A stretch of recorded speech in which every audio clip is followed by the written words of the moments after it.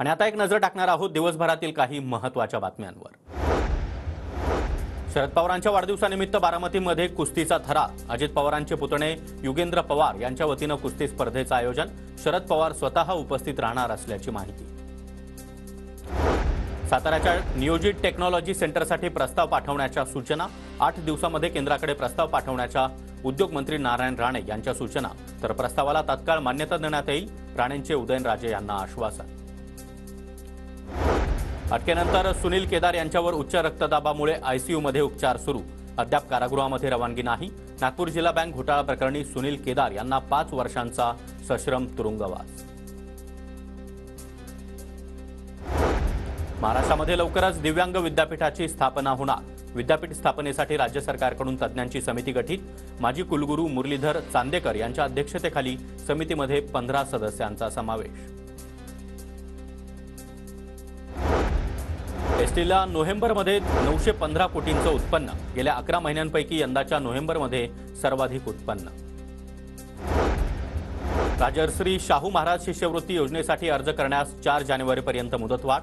अनेक महाविद्यालयातील प्रवेश प्रक्रिया पूर्ण न झाल्यानं सरकारकडून मुदतवाढ। पश्चिम रेल्वेवर 24 डिसेंबरला मध्यरात्री 12:35 ते पहाटे 4:35 दरम्यान जम्बो ब्लॉक। बोरिवली आणि भाईंदर स्थानकादरम्यान अप आणि डाऊन धीम्या मार्गावर जम्बो ब्लॉक। देखभालीच्या कारणासाठी ब्लॉक घेण्यात येणार। वंदे भारतमुळे लोकलच्या वेळेमध्ये बदल। 7 लोकल आणि 13 लांब पल्ल्याच्या गाड्यांना फटका। मुंबई जालना वंदे भारतमुळे वेळापत्रकात बदल करण्याची वेळ। मुंबई महापालिकेच्या प्रदूषण नियंत्रणासाठी कृत्रिम पाऊस पाडण्याचा निर्णय। पालिकेकडे 5 प्रस्ताव सादर। पुणे विमानतळावरून विमान उड्डाणमध्ये मोठी वाढ। पुणे विमानतळावरून प्रवास करणाऱ्या प्रवाशांच्या संख्येत देखील दुपटीने वाढ। ऑक्टोबर महिन्यामध्ये पुणे विमानतळावरून 5481 विमान फेऱ्या। मुंबईच्या कांदिवलीमध्ये रिक्षाचालक आणि मनसे कार्यकर्त्यांमध्ये बाचाबाची। रिक्षा रांगेत लावण्यावरून मनसैनिक आणि चालकांमध्ये वाद। बदलापुरातील रिक्षाचालकाचा प्रामाणिकपणा। प्रवासी महिलेची 12 तोळे सोनं असलेली रिक्षात विसरलेली बॅग रिक्षाचालकाकडून परत। अयोध्येमध्ये 22 जानेवारीला पंतप्रधान नरेंद्र मोदी यांच्या हस्ते रामलल्लाचा अभिषेक होणार। प्राणप्रतिष्ठा सोहळ्यासाठी केवळ 84 सेकंदाचाच शुभ मुहूर्त। काशीचे ज्योतिषी पंडित गणेश्वर शास्त्री द्रविड यांनी निवडला मुहूर्त। अयोध्येमध्ये रामलल्लाच्या प्राणप्रतिष्ठा सोहळ्याची तयारी जोरात। अयोध्येतील प्रत्येक कानाकोपऱ्यामध्ये सीसीटीव्ही कॅमेऱ्यांसह कडक सुरक्षा व्यवस्था। राम मंदिर सोहळ्यासाठी भाजपकडून राज्यामध्ये विशेष तयारी। सोहळ्यानिमित्त 7 दिवस मुंबईमध्ये भाजप कार्यालयात कार्यक्रम होणार। 15 तारखेला देवेंद्र फडणवीस यांच्या हस्ते कार्यक्रमाचं उद्घाटन। गीता जयंती महोत्सवाच्या पार्श्वभूमीवर नागपूरमध्ये सामूहिक गीता पठणाचं आयोजन। नागपूरच्या वेगवेगळ्या शाळेच्या 10,000 विद्यार्थ्यांचा सामूहिक गीता पठणामध्ये सहभाग। सिंधुदुर्ग जिल्ह्यातील आंबोली मधाचं गाव या ठिकाणी ओळखलं जातं। खादी ग्रामोद्योग आणि वन विभागाच्या माध्यमातून लवकरच गावाला नवी ओळख मिळणार। सांगलीमध्ये मिरजेला जोडणाऱ्या पुलावरून जड वाहतूक बंद। रेल्वेच्या आदेशानंतर नागरिकांमध्ये संतापाची लाट। रेल्वेची दादागिरी चालू देणार नाही, लोकप्रतिनिधींचा देखील संताप। नांदेडमध्ये 7 जानेवारीला छगन भुजबळ यांच्या प्रमुख उपस्थितीमध्ये ओबीसी मेळावा। मेळाव्याच्या तयारीसाठी ओबीसी संघटनांची तालुका स्तरावर आढावा बैठक। लातूर महानगरपालिकेमध्ये सरळ सेवा पद्धतीने 80 जागांची भरती करण्यात येणार। अ, ब, क या दर्जाच्या जागा भरण्यासंदर्भात जाहिरात प्रसिद्ध।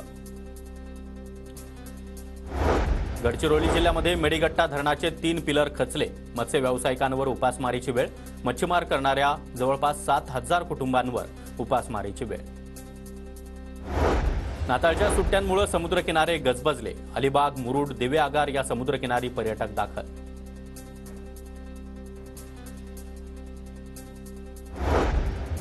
नंदुरबार जिल्ह्यातील सारंगखेड्याच्या घोडे बाजारामध्ये गेल्या 10 वर्षातील विक्रमी घोडे दाखल। आतापर्यंत 2300 घोडे दाखल। यावर्षी 3000 पेक्षा अधिक घोडे दाखल होण्याची शक्यता। वैकुंठ एकादशी निमित्त खासदार श्रीकांत शिंदे तिरुपती चरणी लीन। पायी चालत बालाजीचं मंदिर गाठत केली प्रार्थना। खासदार राम मोहन नायडू यांची देखील हजेरी।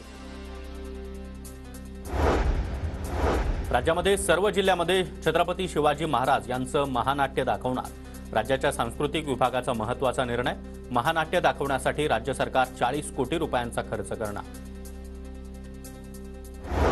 हिंगोलीच्या कळमनुरीमधील अनेक कार्यकर्त्यांचा शिंदे गटात प्रवेश. आमदार संतोष बांगर यांच्या उपस्थितीमध्ये पिंपळदरीमधील अनेक कार्यकर्ते शिंदे गटात दाखल. सिंधुदुर्गमधील लोकप्रतिनिधींच्या अनुपस्थितीमुळे जिल्हा नियोजन समिती सभा शांततेत. मोठ्या नेत्यांनी केवळ 10 मिनिटांसाठी बैठकीला हजेरी लावल्यानं पालकमंत्र्यांनी तासाभरात गुंडाळली सभा. मुंबई शहरामध्ये धुलीकणांचं प्रमाण वाढलं. देवनारम, शीव, मालाड त्याचबरोबर वांद्रे कुर्ला संकुलमध्ये देखील हवेची परिस्थिती वाईट. वातावरणातील घातक PM 2.5 आणि PM 10 धुलीकणांचं प्रमाण सर्वाधिक.